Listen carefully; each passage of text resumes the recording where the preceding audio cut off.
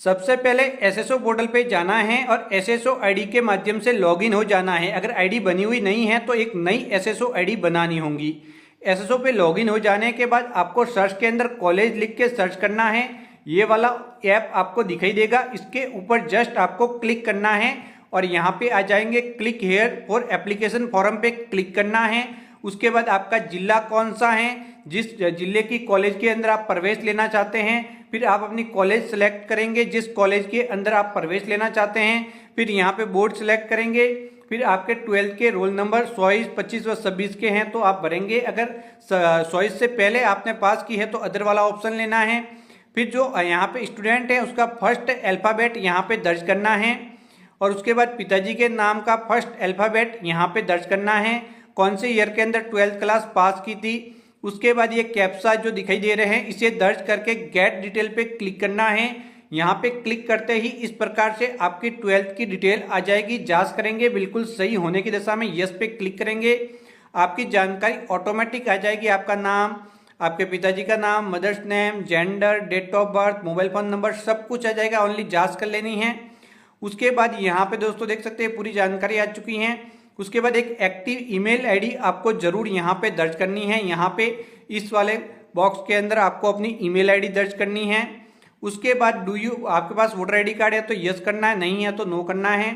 फिर आपकी अपर आईडी जो कि आपकी स्कूल के अंदर बनी होगी वो आपको जरूर यहाँ पे डालनी है। उसके बाद आपका आधार कार्ड है तो यहाँ पे फर्स्ट वाले पे क्लिक करना है, नहीं है तो सेकंड वाले पे क्लिक करके एनरोलमेंट नंबर डालने हैं तो यहाँ पे आप आधार कार्ड नंबर डाल देंगे। आधार कार्ड नंबर डालने के बाद आपके जन आधार कार्ड संख्या आपको यहाँ पे दर्ज करने हैं। ये आपको जरूर दर्ज करने हैं, बहुत ज़्यादा जरूरी होते हैं। तो यहाँ पे आधार कार्ड और इसके जस्ट नीचे जन आधार कार्ड संख्या। फिर आपकी कास्ट कैटेगरी लेनी है।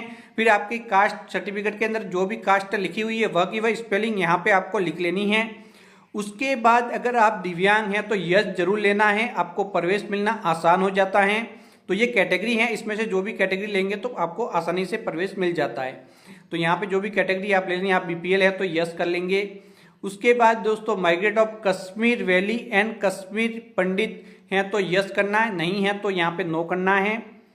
अरे आप आसाम के रेजिडेंट्स हैं तो यस करना है, वरना फिर नो करना है। आप एम्प्लॉय वार्ड या फिर कॉलेज एजुकेशन डिपार्टमेंट में किसी के बच्चे हैं तो यस नो। और यहाँ पे कोविड में माता पिता की मृत्यु यस नो, लघु सीमांत किसान यस नो में आपको जवाब दे देना है इन सभी सवालों के।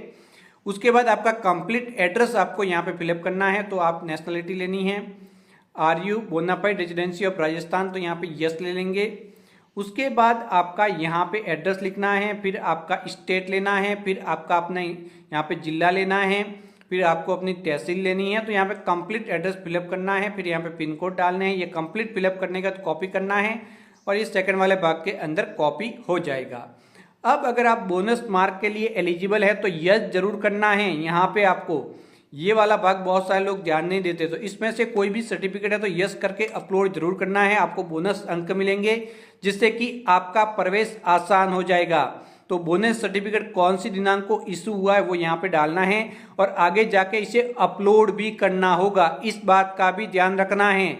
उसके बाद आपने 10वीं कौन से बोर्ड से पास की थी, आपके रोल नंबर क्या थे, आपकी स्कूल का नाम यहाँ पे लिखना है, कौन से ईयर के अंदर पास की थी वो आपको जस्ट यहाँ पे लिखना है। उसके बाद यहाँ पे ईयर लिखने के बाद टोटल कितने में से अंक थे, कितने आपको मिले प्रतिशत और यहाँ पे पास। तो ये जानकारी मैं आपको फॉर एग्जाम्पल बता रहा हूँ, आपको कंप्लीट फिलअप करनी है। उसके बाद 12th के अंदर आपके क्या सब्जेक्ट थे वह जस्ट यहाँ पे आपको तीनों सब्जेक्ट ले लेने हैं। तो यहाँ पे तीनों सब्जेक्ट आप ले लेंगे जो भी आपके सब्जेक्ट थे जो कि आपने 12th क्लास के अंदर लिए थे, 11th और 12th के अंदर जिसकी पढ़ाई की थी। उसके बाद क्लास अप्लाइड फॉर, आप कौन से कोर्स के अंदर इस कॉलेज के अंदर प्रवेश लेना चाहते हैं।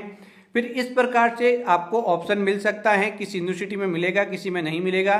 तो जनरल इंग्लिश या हिंदी में से कौन सा ऑप्शन लेना चाहते हैं तो वह यहाँ पे आप सेलेक्ट कर लेंगे। उसके बाद यहाँ पे ऑप्शनल सब्जेक्ट की बात आती है, तो यहाँ पे आपको सब्जेक्ट सेलेक्ट करने हैं। तो कॉम्बिनेशन ऑफ सब्जेक्ट आपको सेलेक्ट करना होगा।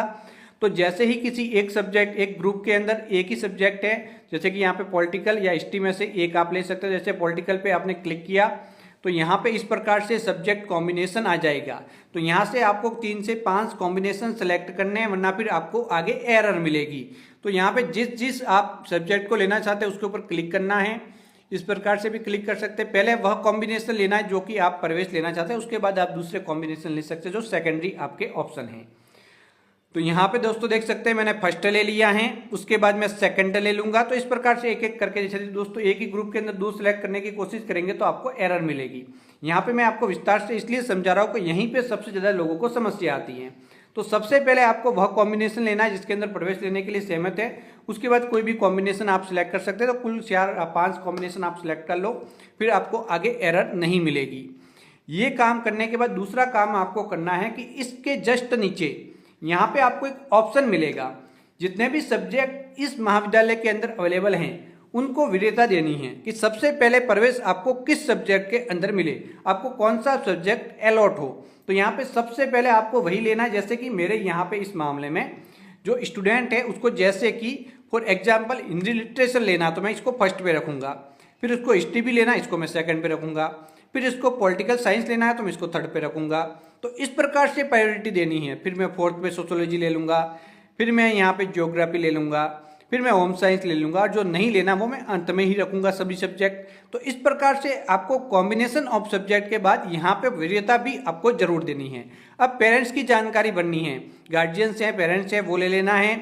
फिर यहाँ पे आपको क्या काम करते हैं पेरेंट्स गार्जियंस, वह जस्ट यहाँ पे लेना है। फिर उनका एड्रेस लिखना है, फिर उनकी इनकम लिखनी है, मोबाइल फ़ोन नंबर लिखने हैं। उसके बाद यहाँ पे इनकम टैक्स पेयर हैं या फिर नहीं वह लेना है। फिर यहाँ पे नॉमिनी जिसे नॉमिनेट करना चाहते हैं वह सिलेक्ट करना है, मदर फादर जो भी हैं। उसके बाद कॉलेज के अंदर कोई अन्य जो है यहाँ पे ये जो कैटेगरी होती हैं उसके अंदर आपको पार्टिसिपेट करना होता है। तो इस एक्टिविटी को आपको सिलेक्ट कर लेना है, ओनली वरीयता दे देनी है, सिलेक्ट करना सभी को जरूरी है। फिर आप यहाँ पे जो बस के अंदर कंस्ट्रक्शन चाहते हैं रोडवेज बस के अंदर तो यस करना है, नहीं चाहते तो नो करना, तो यस ही करना अच्छा रहेगा। फिर आपको बैंक खाते का विवरण दर्ज करना है, ये सबसे ज़्यादा जरूरी होता है। तो bank account number, bank holder का नाम, बैंक कौन सी है, कहाँ पे आई हुई है, और उसके IFSC कोड यहाँ पे दर्ज कर लेने हैं। तो यहाँ पे ब्रांच का नाम लिख लेंगे और यहाँ पे IFSC कोड दर्ज करेंगे, कंप्लीट हो गया। उसके बाद सबसे ऊपर पासपोर्ट साइज फोटो 100 KB से 150 KB के बीच में होना चाहिए JPG फॉर्मेट के अंदर, और यहाँ पे सिग्नेचर 50 से 100 KB के अंदर होने चाहिए। तो ये यहाँ पे क्लिक करके अपलोड कर लेना है। ये अपलोड करने के बाद बैंक पासबुक भी आपको अपलोड कर लेनी है। उसके बाद जैसे कि मैंने बोनस मार्क वाला ऑप्शन लिया था तो बोनस मार्क सर्टिफिकेट बता रहा था, इसे अपलोड करना है। फिर कास्ट सर्टिफिकेट, तो आपकी कैटेगरी के अनुसार अलग अलग डॉक्यूमेंट यहाँ पे मांगे जा सकते हैं। तो वही डॉक्यूमेंट आपको ऑनलाइन आवेदन के दौरान अपलोड करने हैं। तो यहाँ पे सभी डॉक्यूमेंट अपलोड करने के बाद, तो मैंने किसी और का फॉर्म खोला तो इस प्रकार से बता रहा है। तो डॉक्यूमेंट अलग अलग बता सकते हैं, जो डॉक्यूमेंट बता रहे हैं वो अपलोड कर लो। फिर कोई सजेशन है तो यहाँ पे क्लिक करके सबमिट पे क्लिक करो। सबमिट पे क्लिक करते प्रीव्यू दिखाई देगा। उसके बाद पेमेंट करना है और उसके बाद आवेदन की रिसिप्ट ले लेनी।